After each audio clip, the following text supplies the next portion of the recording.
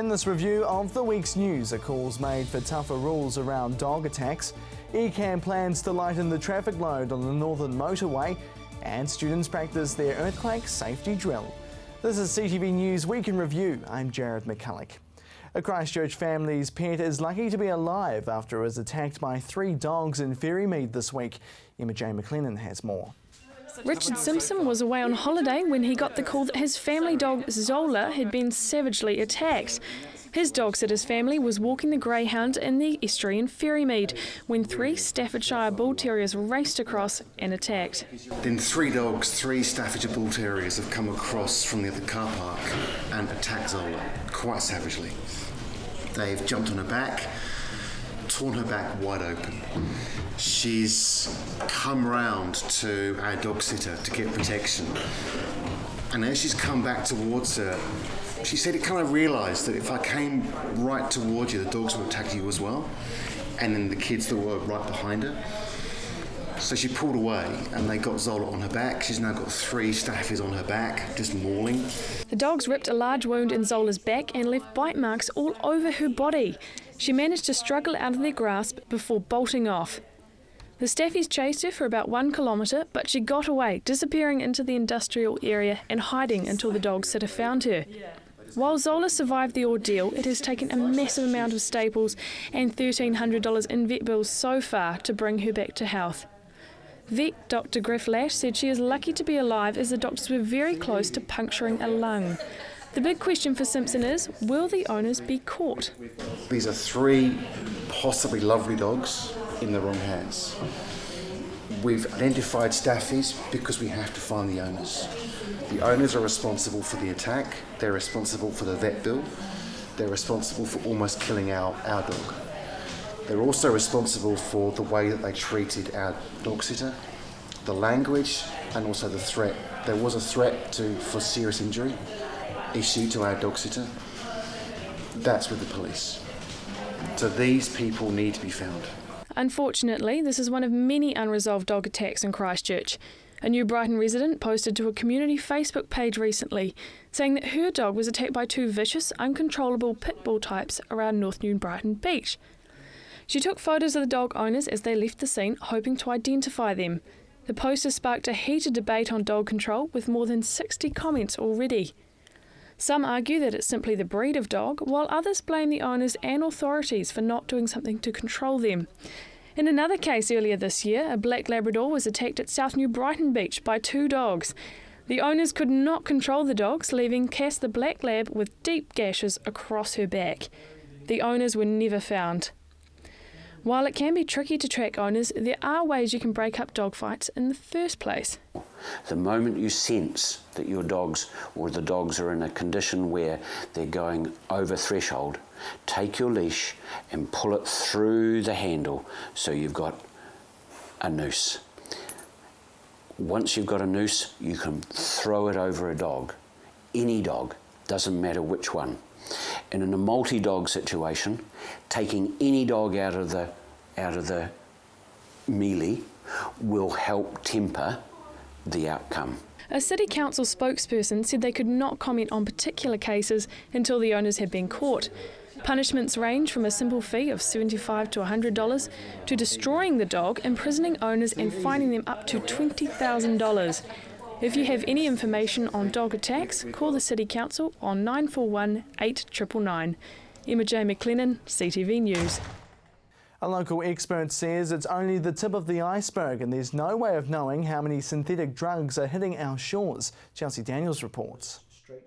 More than we could count. Yeah, there are lots of little niche drugs. People are using drugs they don't know what they're using. So we can't count it because we don't know what they are.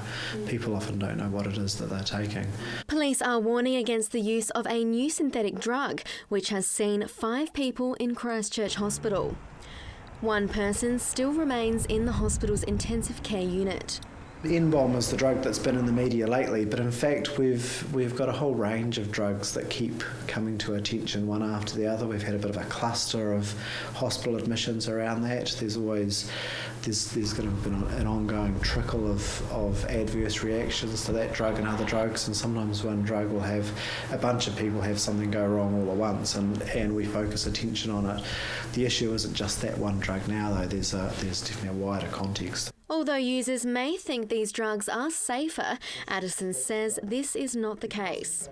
People sometimes think the natural ones are safe and healthy because they're natural. Some people think the synthetic ones should be safer because someone's planned it, and neither of those are necessarily safer. Some drugs are more hazardous than others.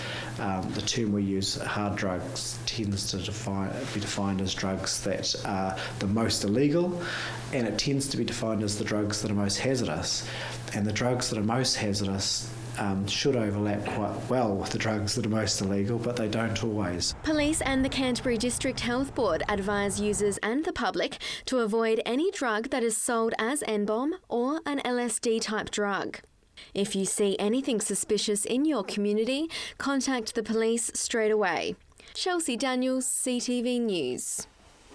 Many Canterburyans joined others from around the world this week for the International Shakeout Day, helping to raise awareness around earthquakes, with one local school showing how it's done. Earthquakes! Nice rock, cover and hold. It's become second nature to these Christchurch students, all part of the International Shakeout Day.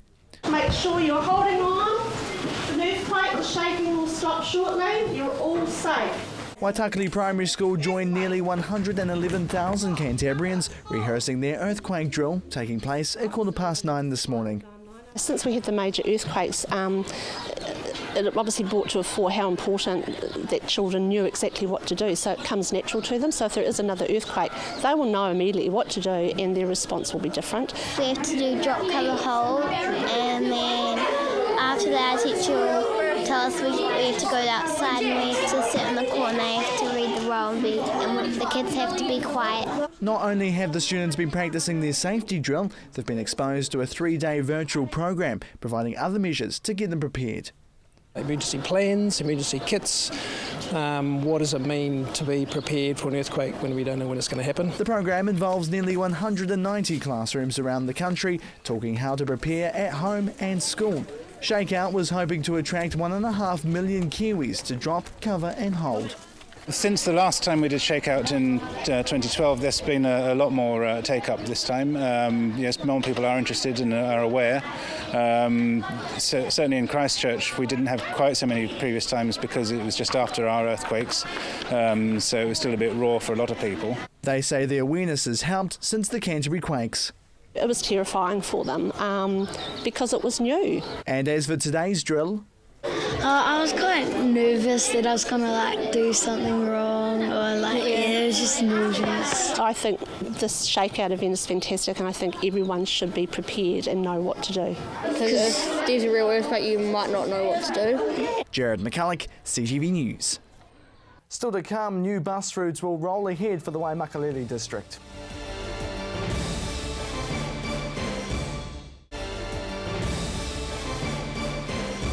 Welcome back. Is changing the speed limit on busy Christchurch roads the answer to achieving a lower death toll among cyclists? Chelsea Daniels has more. Cyclist deaths on roads are 5 times less likely if road speeds are reduced, according to a Christchurch-based traffic expert. A big effect it has is on the likelihood and severity of crashes, and this particularly shows up with the more vulnerable users like pedestrians and cyclists, for example. If you go from, say, 40 k's to 50 k's, you typically double the risk of injuries or severe injuries. If you go from 30 to 50, it's about 5 times the risk. He says Christchurch commuters have to get used to sharing the road with multiple forms of transport. So if you are looking at an arterial road, then it's an appropriate thing to get the feedback from those who are driving along.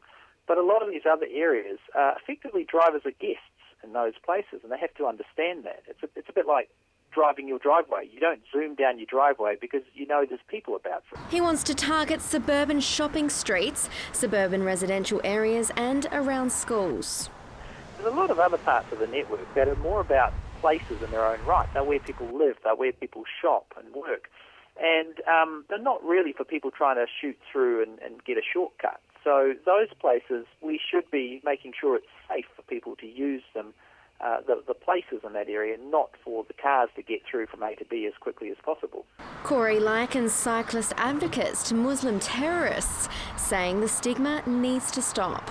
You always remember the few that perhaps caused you upset, you know, the terrorist who blows something up, the cyclist who does something illegal in front of you and so forth. But, you know, most people that's not the case. And one city councillor and avid cyclist agrees.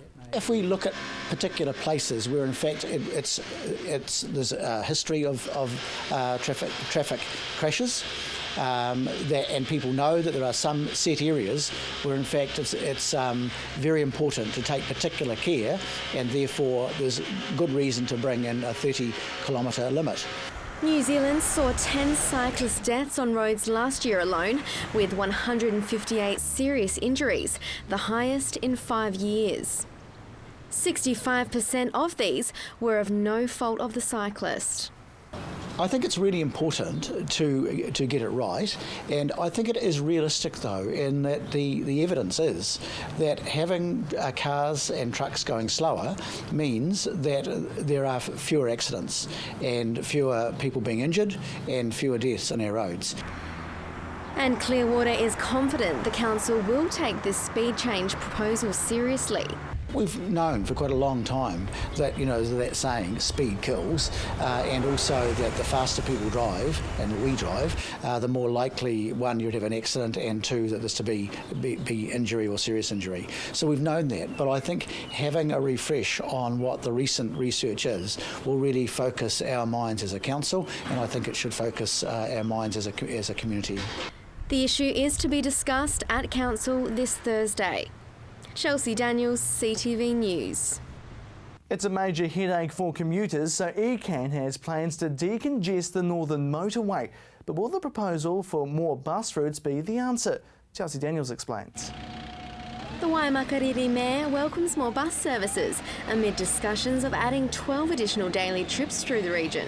We certainly welcome improvements of service in our district, and previous experience has shown that if you improve the frequency and the reliability of a service, you get higher patronage, and the more people who use their buses, the easier it is on the congestion on the motorway at the moment. ECAN commissioners will decide tomorrow whether to introduce a new bus service from Rangiora through to the city and Christchurch Airport. But Ayres still has his doubts. The question over some people's minds, including mine, is the routing of the Rangiora buses through the Silverstream part of Tāpoi does mean that that particular service isn't accessible to people in northern parts of Tāpoi, and for them to get onto those services into Christchurch, it will involve changing buses, probably in Belfast. And locals are concerned with the Rangiora route as well. The changes in the way the bus transfers from Rangiora through to Kaiapoi need some review, because it might cut out some of the northern end of the town as a collection point. Otherwise, we were fully in favour. The couple says they are excited about the proposal of new routes in their area. Certainly the link between this northern area, where there are many more people living now, many more housing areas, increasing the bus service would be an advantage. We use the bus quite often. 300 submissions were received on the proposals, with Jim being one of them. I responded to the new bus route survey and put in my opinion and encouragement. And we already find that the link through to Hornby is quite an advantage for us. Close to 11,000 Waimakariri residents travel daily along the northern motorway, resulting in heavy congestion. And the move to lighten the load of traffic has been made necessary due to the post-quake population boom in Waimakariri. The earthquake had a very damaging effect on bus services. People stopped using them, and so it's taken a while to reorganise that. 4 additional express trips each morning and afternoon on the Blue Line route have been recommended. Along with those, 2 additional trips each morning and afternoon on the 95 Waikuku and Pegasus to City route have been asked for. If the proposal is agreed upon tomorrow by ECAN, the region should see the routes early next year. Chelsea Daniels, CTV News. The Rugby World Cup's getting into full swing with this weekend's quarter-finals. Gordon Finlater went out to see if locals are feeling the World Cup fever. There will be no rest for the wicked this weekend as brave All Blacks fans set an early alarm for Sunday's game.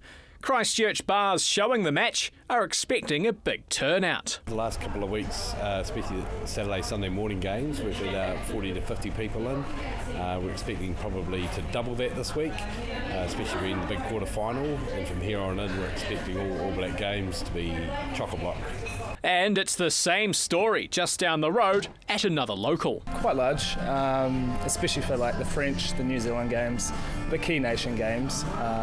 Coming up to the quarterfinals, we're expecting quite a lot of people, so a lot of excitement and a lot of hopeful partying going on. So it's looking forward to it. We've got a couple of our key locals are French and been here for every game, and there's been a lot of banter going around. The banter has also been flying around behind the bar, with one member of the kitchen staff confident about her team's chances. You never know if we're going to play well or badly, and usually against New Zealand we end up playing quite well, so I hope they're just going to beat the Kiwi. She's also found a connection to the 99 and 07 voodoo that she thinks is due again. Every 8 years we beat New Zealand, so we beat New Zealand in 2007, so it's the year. Some Kiwi fans are worried about the French themselves, with a string of conspiracies doing the rounds. I think we'll be fine as long as we get to wear our black jumpers. Yeah, because isn't there a coin toss over there? Do you know? Did you know how last time I had to wear the grey? Who wears the white jumpers?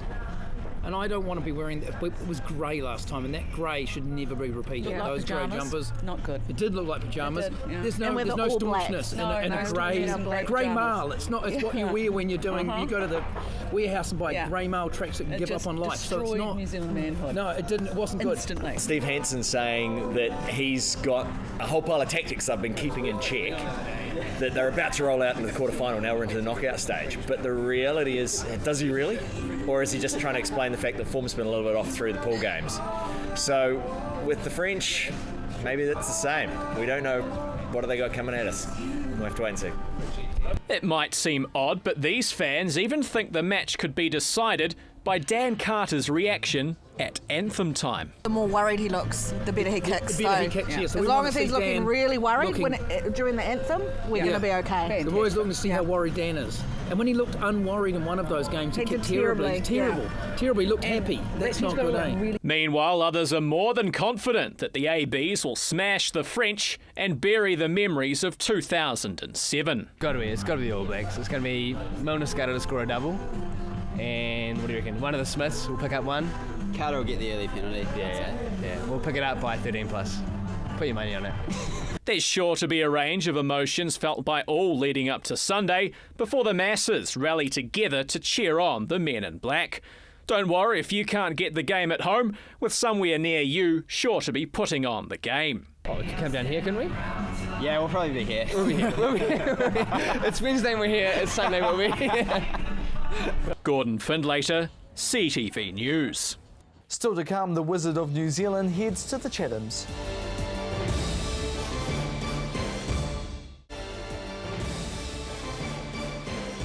Welcome back. It's been 3 years in the making. A local filmmaker is heading to the Chatham Islands to shoot the last few scenes of his movie, and he's taking the Wizard of New Zealand with him. Checking in for their 2-week adventure, the Wizard of New Zealand's packing his bags, taking on his next on-screen project. This is like I said, a remarkable place, and it'll be a wonderful film. You can see it having great potential. The Wizard and the Commodore has been the focus for producer Sam Miller for the past 3 years, travelling back and forth from Christchurch to the Chatham Islands, turning his idea into a documentary. We filmed the Pit Island muster, a lot of the culture on Chathams and stuff people have never seen because the amount of time it's taken to do, and also with the Wizard going over there and the Chatham Islands Commodore, who's a bit of a gem. The doco looks at what the Chatham Islands has to offer, following the stories of our iconic Wizard and the island's Commodore. Who lives in this wild, remote spot, and we should be staying there, and it really is like camping out.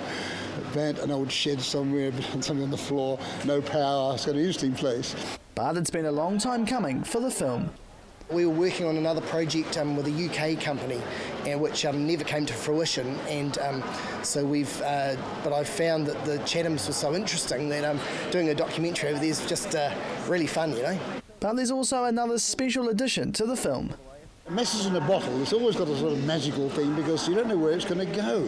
It's better to hope than it is to arrive, and travelling is so exciting. The thought of these little bottles somewhere in the Pacific wobbling around, making their way somewhere, that's a nice thought. But if it is a good current, who knows? It may get there within 5 or 10 years. We'll be releasing these messages in a bottle for the kids over there and see where they go around the world. He's hoping the film will appear in international film festivals, showcasing the culture from New Zealand's Eastern Island. You can almost say fantasy documentary, but that just sounds wrong, but yeah, like that, you know, so it's got an interesting element in it, yeah, which I think there's a lyrical element. We're going back to sort of the 1800s and how things were back then, you know. But for now, the film is set to hit cinema screens here and in the Chathams by February next year. Jared McCulloch, CTV News. Not being able to smell due to a blocked nose can be frustrating, but imagine it lasting for nearly all your life. Well, one local man has just undergone surgery to help fix his sinus problem, now being able to smell for the first time.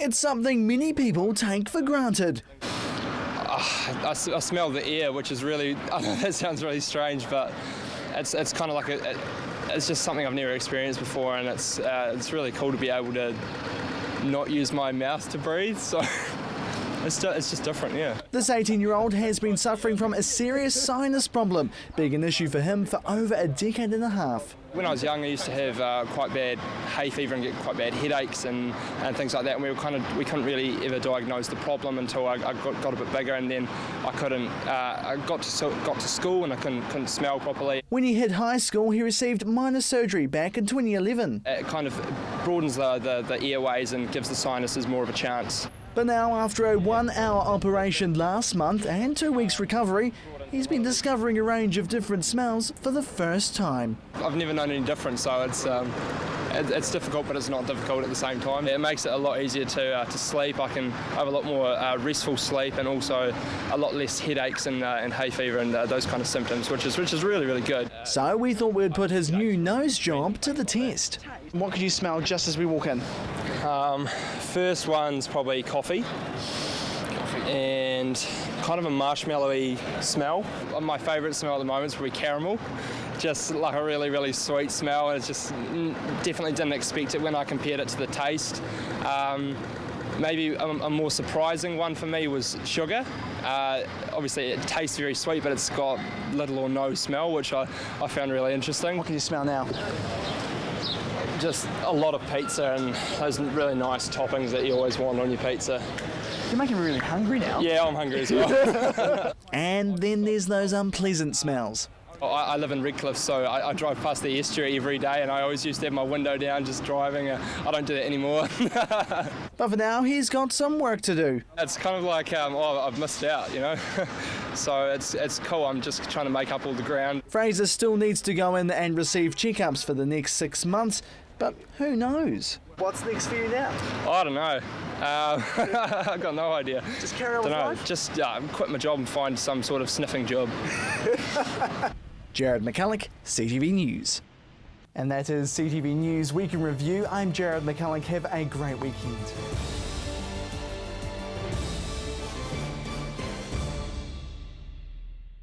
Supporting local content so you can see more of New Zealand on air.